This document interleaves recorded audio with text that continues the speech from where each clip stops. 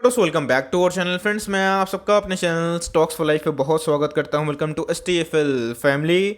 DFL members, ये stock market है और इसमें जो न्यूज़ का सिलसिला है कभी थमता नहीं है। मार्केट में हमेशा डेली के डेली कोई ना कोई अपडेट आती है। तो जी हाँ दोस्तों, को पता है कि मार्केट में अगर आप पुराने हैं 6 महीना साल भर, तो को अच्छे से पता है कि मार्केट बोनस, स्प्लिट और हाई डिविडेंड को बहुत रेस्पेक्ट करता है और उसके लिए यस मार्केट उसको रेस्पेक्ट भी करता है। लेकिन इसी बीच में हमें देखना है कि आपको बोनस, स्प्लिट या फिर डिविडेंड मिल रहा है तो उसमें आपको बेनिफिट मिल रहा है फिर नहीं मिल रहा है। तो इसी बीच में गाइस कल के दिन एक हमें न्यूज़ देखने को मिली थी कि APL अपोलो में बोनस की न्यूज़ आई थी। लेकिन साथ ही साथ दोस्तों आज की बात की जाए, एक दिग्गज कंपनी है जो कि बहुत छोटी मार्केट कैप है 1000 करोड़ के आसपास, लेकिन दोस्तों मुझे पक्का यकीन है कि आने वाले कल में ये एक मल्टी बैगर बन सकता है। ऐसा मैं क्यों बोल रहा हूँ आपको पता है, इसमें कोई भी ऐसे स्टॉक को रिव्यू नहीं करता हूँ, लेकिन यस जिसे मुझे दम दिखाई पड़ता है मैं ऑफकोर्स करूंगा। और इसमें स्प्लिट को लेके एक बहुत बड़ी अपडेट निकल के आ रही है और हमें करना क्या है सब कुछ डिस्कस करूंगा। लेकिन साथ ही साथ दोस्तों एक नेगेटिव पॉइंट भी है, उसको बताना भी मेरा फर्ज बनता है। तो जी हाँ, आपको इससे बेनिफिट कैसे मिल सकता है और आपको करना क्या चाहिए सब कुछ क्लियर करूंगा अपने ही अंदाज में। चैनल फर्स्ट टाइम होंगे सब्सक्राइब कर सकते हैं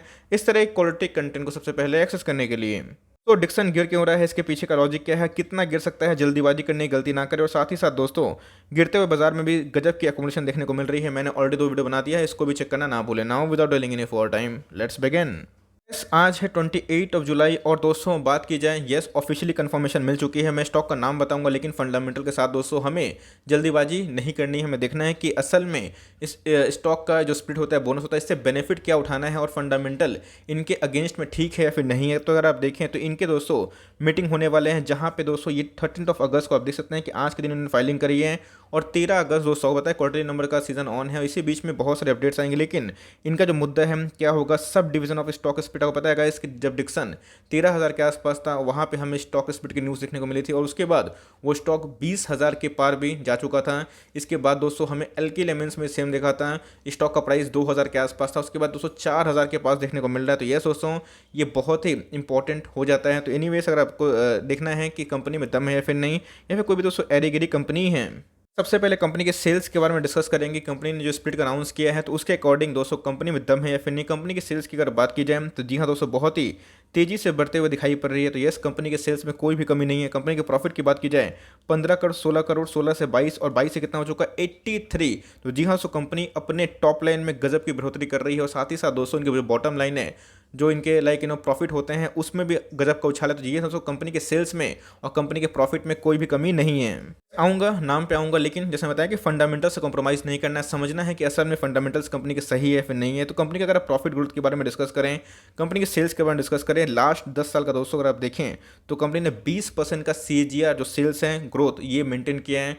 ये बहुत बड़ी बात होती है गाइस। कंपनी के प्रॉफिट की बात की जाए 35% लास्ट 10 साल के लगभग देखने को मिल रहे हैं और बात की जाए लास्ट 3 साल के तो 76% के आसपास। मतलब कंपनी के टॉप लाइन और बॉटम लाइन एक्सपोनेंशियली बढ़ रहे हैं। और कंपनी का जो स्टॉक प्राइस है अगर आप देखें तो लिस्टिंग हालांकि अभी हमें देखने को मिली है, तो 5 साल में 55% का ऑन एन एवरेज परसेंटेज बनाना मामूली बात नहीं होती। और बात की जाए ROE की तो गाइस ये भी 15 से 20 के आसपास है। लास्ट 3 साल की बात की जाए तब देख सकते हैं 26% के आसपास। मतलब फंडामेंटल्स हमें इस कंपनी के बहुत ही शानदार देखने को मिल रहे हैं।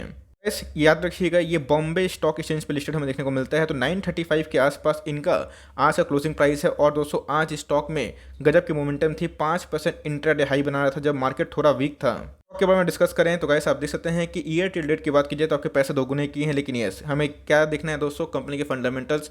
तो कंपनी के सेल्स सही है, कंपनी के प्रॉफिट सही है, कंपनी की जो ग्रोथ है सही है, कंपनी के CAGR जो बात की जाए और भी जो पैरामीटर्स होते हैं ROE में इसको बहुत रिस्पेक्ट करता हूँ, वो भी काफ़ी तो प्रॉमिसिंग है।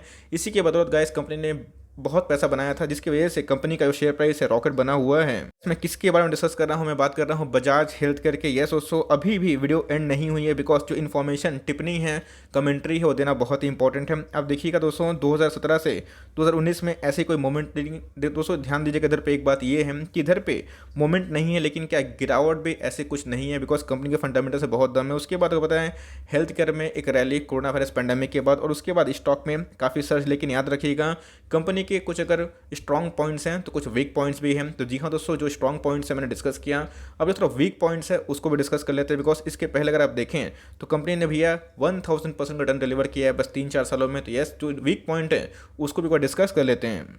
यस कंपनी के फंडामेंटल्स बहुत ही अच्छे हमें दिखाई पड़ रहे हैं, मैं और भी आऊँगा। लेकिन दोस्तों अगर आप देखें तो इसमें जो होल्डिंग के बारे में डिस्कस करें तो प्रमोटर के बाद दोस्तों जो दूसरे करता धरता है वो पब्लिक ही है। तो जी हाँ दोस्तों, बड़े इंस्टीट्यूशन अभी भी गायब हैं।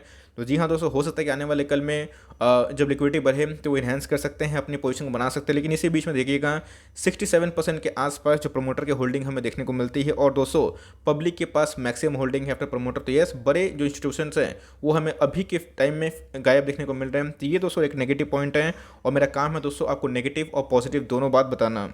छोटी कंपनी है लेकिन यस, कंपनी में काफ़ी दम है। तो 318 से अगर आप देखें तो कंपनी का शेयर प्राइस एक साल में ही 4 गुना अप्रॉक्स हो चुका है, 3 गुना अप्रॉक्स हो चुका है।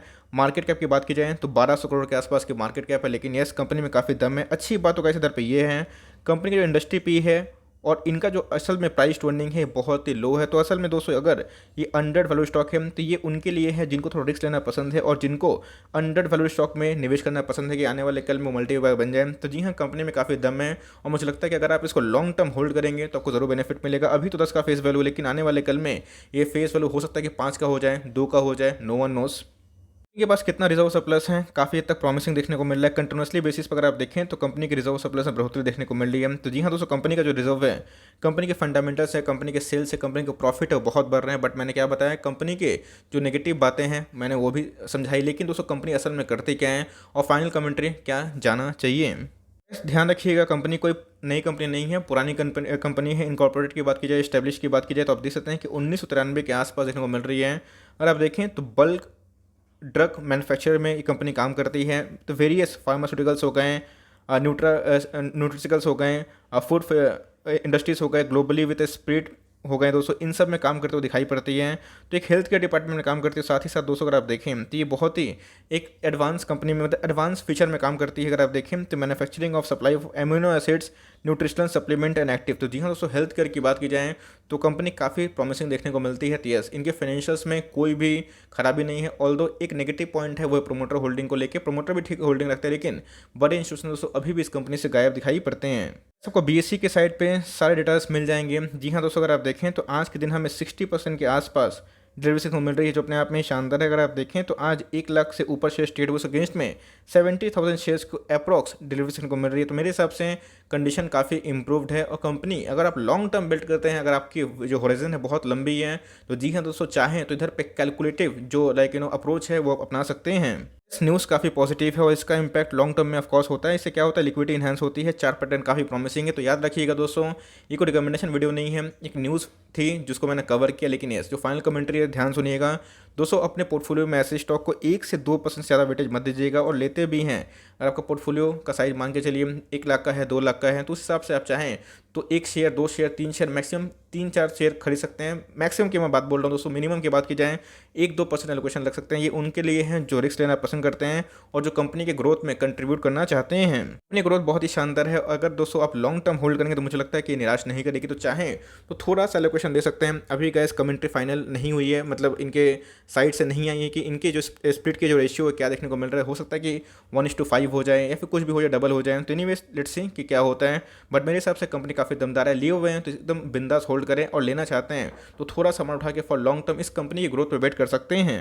ध्यान रखिए दोस्तों, ऑल टाइम हाई पे हैं तो स्टॉक भाग सकता है, गिर भी सकता है, लेकिन जैसे बताया कैलकुलेटिव अप्रोच रखिएगा तो आपकी जो लॉसेस है वो बहुत कम होंगे। और लॉन्ग टर्म में जैसे कंपनी के फंडामेंटल्स उधरे हैं, एफआईएस के डीएस की एंट्री हुई, उधर पर चाहें तो अपना निवेश को बढ़ा सकते हैं। छोटी सी अपडेट थी। आई होप मेरा एफर्ट आपको अच्छा लगा।